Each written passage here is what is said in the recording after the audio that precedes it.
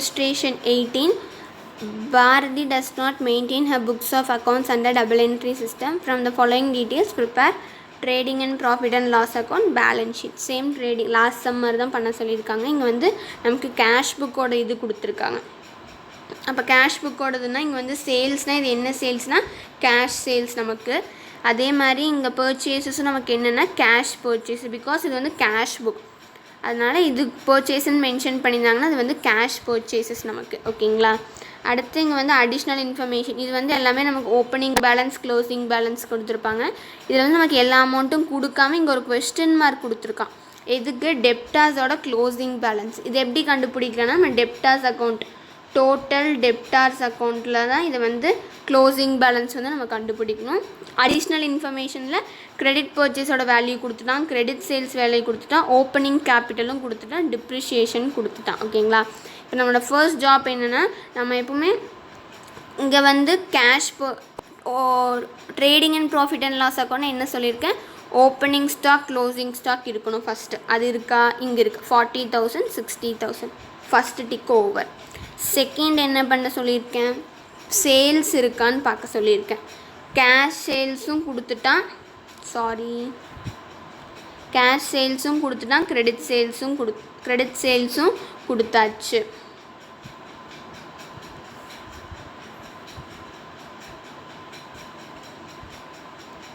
அப்போ ரெண்டாவது tick. Same அதே மாதிரி பர்ச்சேசஸ், கேஷ் பர்ச்சேஸும் கொடுத்துட்டான், கிரெடிட் பர்ச்சேஸும் கொடுத்துட்டான், மூணாவது டிக். இப்போ நமக்கு இருக்கிற ப்ராப்ளம் எல்லாமே மோஸ்ட்டாக சால்வ் ஆயிடுச்சு. பட் இங்கே என்ன பண்ணிட்டான்னா டெப்டாஸோட க்ளோசிங் ஸ்டாக் மட்டும் நமக்கு கொஸ்டின் மார்க் கொடுத்துட்டான். அப்போ வந்து நம்ம டோட்டல் டெப்டாஸ் அக்கௌண்ட் போட்டு அதை கண்டுபிடிச்சிடுறோம். ஓகேங்களா. அது கண்டுபிடிச்சிட்டோம்னா நமக்கு டெப்டாஸோட க்ளோசிங் பேலன்ஸ் கிடச்சிரும்.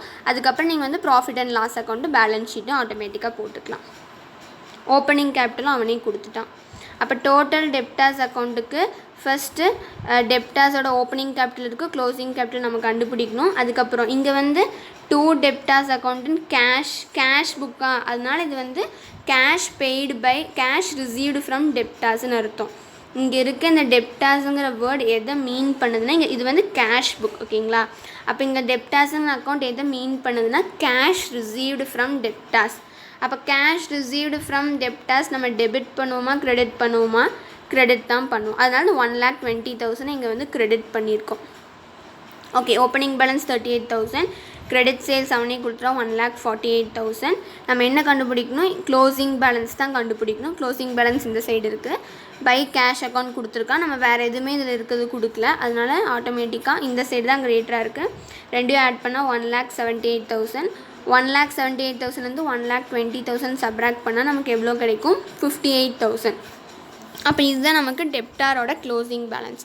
எதுக்கு இந்த டெப்டாரோட க்ளோசிங் பேலன்ஸ் கண்டுபிடிக்கிறோன்னா நம்ம வந்து பேலன்ஸ் ஷீட்டில் அது என்ட்ரி பண்ணணும், அதனால வந்து அதை கண்டுபிடிக்கிறோம். ஓகேங்களா. அடுத்தது ப்ராஃபிட் அண்ட் லாஸ் அக்கௌண்ட்.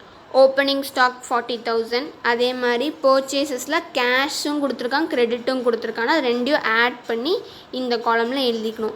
அடுத்து சொன்ன மாதிரி வேஜஸ் இருக்குது, அது எழுதிக்கணும். வேஜஸ் வந்து நமக்கு டைரக்ட் எக்ஸ்பென்சஸ் தான், அதனால் வந்து ட்ரேடிங்கில் இன்க்ளூட் பண்ணிக்கிறோம். வேறு எதுவுமே கொடுக்கல, அதனால் முடிச்சிட்டோம். இங்கே சேல்ஸில் வந்து கேஷும் இருக்குது, கிரெடிட்டும் இருக்குது, ரெண்டையும் என்ட்ரி பண்ணிக்கிறோம். அதே மாதிரி க்ளோசிங் ஸ்டாக் இது ரெண்டையும் போட்டு எந்த சைடு கிரேட்டராக இருக்குதுன்னு பார்க்கணும். ஸோ 3,60,000 இந்த சைடு தான் கிரேட்டர். நான் ஆல்ரெடி சொல்லியிருக்கேன் இதுதான் ரெவன்யூ சைடு. அப்போ ரெவன்யூ சைடு கிரேட்டர் இருந்துச்சுன்னா அது வந்து ப்ராஃபிட். அப்போ இந்த சைடு பேலன்சிங் ஃபிகரில் என்ன எழுதுவோம்னா கிராஸ் ப்ராஃபிட் C/D அப்படின்னு எழுதுவோம். 3,60,000லேருந்து இங்கே எவ்வளோ இருக்குது, 1,80,000. இப்போ 3,60,000லேருந்து 1,80,000 போச்சுன்னா 1,80,000. இதை வந்து நம்ம நெக்ஸ்ட்டு ப்ராட் டவுன் பேலன்ஸாக கொண்டு வந்துடும். இது வந்து கிராஸ் ப்ராஃபிட் B/D. அடுத்தது ஜென்ரல் எக்ஸ்பென்சஸ். இங்கே கொஸ்டினில் என்ன கொடுத்துருப்பான்னா அடிஷ்னல் இன்ஃபர்மேஷனில் இங்கே வந்து நமக்கு ஜென்ரல் எக்ஸ்பென்சஸ் கொடுத்துருப்பான், வேஜஸ் கொடுத்துருப்பான். வேஜஸ் ஆல்ரெடி எடுத்தாச்சு. ஜென்ரல் எக்ஸ்பென்சஸ் வந்து நமக்கு ப்ராஃபிட் அண்ட் லாஸ் அக்கௌண்ட்டோட சேர்ந்தது, வேறு எதுவும் கொடுக்கல. இது எதுவுமே நமக்கு ப்ராஃபிட் அண்ட் லாஸ் அக்கௌண்ட்டில் வராது. இங்கே டிப்ரிஷியேஷன் கொடுத்துருப்பான். டிப்ரிஷியேஷனும் அப்புறம் ப்ரொவிஷன் ஃபார் பேட் டெப்ஸ் இது எல்லாமே நமக்கு வந்து ஒரு இன்டைரக்ட் எக்ஸ்பென்சஸ் தாங்க, ஒரு மறைமுக செலவுகள்னு சொல்லுவோம். இந்த டிப்ரிஷியேஷனு அப்புறம் ப்ரொவிஷன் ஃபார் பேட் டெப்ஸ் இது எல்லாமே நமக்கு மறைமுக செலவுகள். அதை வந்து நம்ம ப்ராஃபிட் அண்ட் லாஸ் அக்கௌண்ட்டில் காமிப்போம். அப்போ டிப்ரிஷியேஷன்னா மிஷினரியோட வேல்யூ என்ன, 1,70,000 இன்ட்டு 10/100. 10% டிப்ரிஷியேஷன். அப்போ இங்கே 0 0 கேன்சல். அப்போது 17,000 வந்து நமக்கு எவ்வளோ டிப்ரிஷியேஷன் ஆயிருக்கு. So 17,000 depreciation. ஜென்ரல் எக்ஸ்பென்சஸ் 24,000 இதெல்லாம் எழுதியாச்சு. எகெயின் 1,80,000 இந்த சைடு தான் கிரேட்டராக இருக்குது. அப்போ எகெயின் நெட் ப்ராஃபிட். இந்த நெட் ப்ராஃபிட் நம்ம என்ன பண்ணுவோம்னா பேலன்ஸ் ஷீட்டில் இருக்க கேபிட்டல் அக்கௌண்ட்டுக்கு ட்ரான்ஸ்ஃபர் பண்ணிடுவோம். அதுதான் சொல்லியிருப்பாங்க. ஆன்சர் வந்து 1,39,000. இப்போ பேலன்ஸ் ஷீட் போனோம்னா பேலன்ஸ் ஷீட் போட்டிங்கன்னா ஃபஸ்ட்டு கேபிட்டல் எழுதிடுங்க லயபிலிட்டியில். அது வந்து ஃபஸ்ட்டு ஸ்டெப் எப்போவுமே பண்ணுறது. கேபிட்டல் கொஷின்லேயே கொடுத்துட்டான் 2,22,000.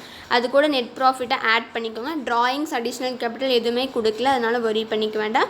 கிரெடிட்டார்ஸ் கொடுத்துருக்கான். எங்கே கொடுத்துருக்கான்னா இங்கே கொடுத்துருக்கான். இப்போ கிரெடிட்டாரோட க்ளோசிங் பேலன்சஸ் தான் எடுத்துக்கணும். இதில் இருக்க க்ளோசிங் பேலன்ஸ் மட்டும்தான் நீங்கள் எடுத்துக்கணும்.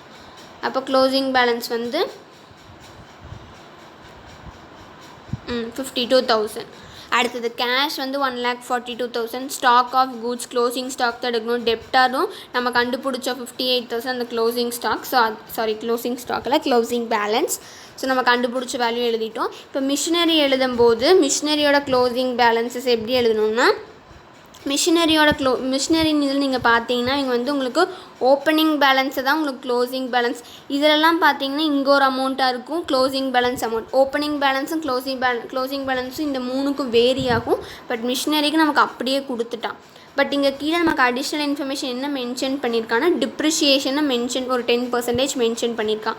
அப்போ இந்த 1,70,000 நம்ம இந்த டிப்ரிஷியேஷன் அமௌண்ட்டை கழிச்சிட்டோம்னா தான், இந்த தேய்மான அமௌண்ட்டை நம்ம கழிச்சிட்டோம்னா தான் நம்ம வந்து பொருளோட உண்மை மதிப்பு வந்து நமக்கு தெரியும். அந்த மிஷினரியோட இப்போ இருக்கிற மதிப்பு என்னங்கிறது நம்மளால் கண்டுபிடிக்க முடியும். அதனால தான் நம்ம என்ன பண்ணுறோன்னா அந்த மிஷினரியிலிருந்து அந்த தேய்மானத்தை நம்ம சப்ராக்ட் பண்ணிடுவோம். மிஷினரியோட வேல்யூ 1,70,000.